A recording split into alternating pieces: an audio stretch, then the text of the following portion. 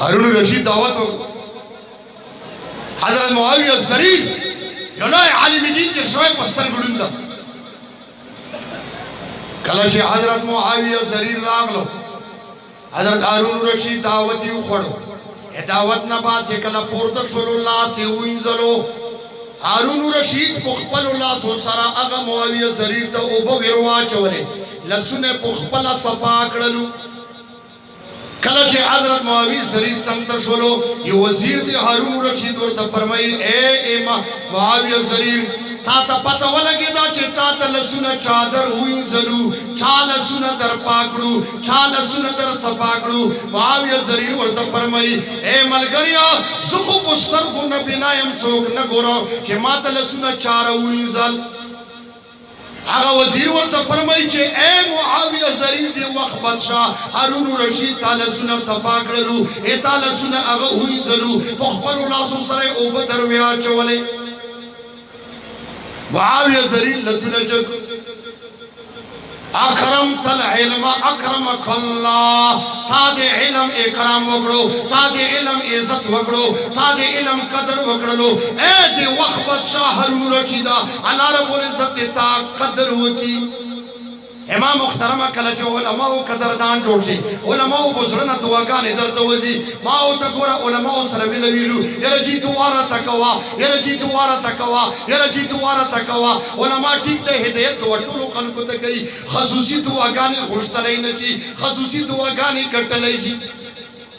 داسې یوه چار وکړي چې هغه عالم دین هغه طالب جان زړه ځان ته خپل کړي او چې کله هغه زړه دې ځان ته خپل کو اے مسلمان وروره دا یاد لره د زړه نه د ټیم چې کومه دعا وځي اب دې خلوصي قلب نه وي اب بنیاد دې زړه نه وي هغې او دې الله په منځ کې بلکل حجاب نشته ده تا په باره کې به انشاءالله هغه دعا اوس خامخا قبولېږي اے مسلمانا عرض میں ادا کولو چې بس د علماء قدردان جوړ شه خپل بچي علماء ته حواله کا خپل بچي علماء سره ملګری کا ان شاء الله کدی دې کفلی دې خپل بچي ملګری کو دنیا باندې هم خیستاوي اخرت باندې هم خیستاوي محترم علم به ډېر بهترین شی ده علم اولاد تویر کا چې علم دی اولاد تویر کو ان شاء الله په معاشري کې وو تا اولاد یې امتیازي شان لري تکلیفات مخامخوي تکلیفاتو نه بغیر داسې کېدی نه شي په دې لار کې که غم شته خوندونه هم شته او په چمن کې کزغي شته ګلونه هم شته او چې په توره شپه کې غله کوي د زړونو خدای ستا خدایۍ کې داسې غلونه هم شته او بلبلان په چمن پرېږدي که خبر شول چې د ګلو نه ښایسته مخونه هم شته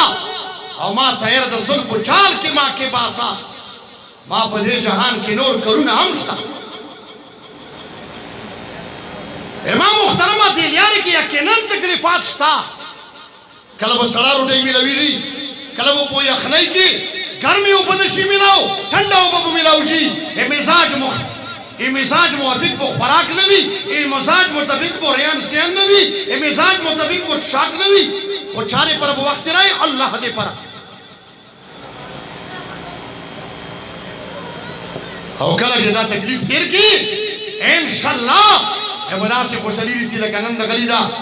مشایخ به تا په سر باندې دستار فضیلت کړی او پاس په ملائکه تعالی رب عزت چې دې امام ملائکه یواري دا سیوا چې تاسو ته ویلو چې زه یو انسان پیدا کوم تاسو مې چې دا ما پیدا کوا د خوبوینی تللی دا مو فسادات کوي نن وګوره هغه انسان بچای عالم دین جوړ شولو علم زده کړو قرآن زده کړو احادیث زده کړلو نن په دنیا کې لګیا ده اما دین خلقو د شین کوشش کوي جهد کوي تکلیفونه په ځان تیري لیکن د دین نور خلقو ته رسوي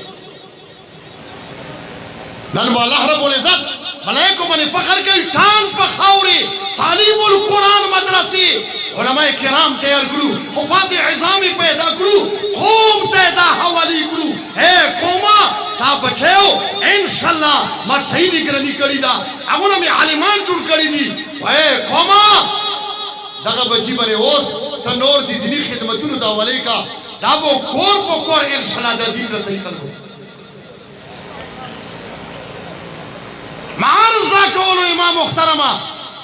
کہ عالمی دین لوی معزز دا اللہ قدر گئی پیغمبر علیہ السلام قدر گئی اے مسلمانہ ما ہوتا تا ہم دا پکار دا کہ ما ہوتا دی دلی علماء کرام قدر دلی ہوگو ما ہوتا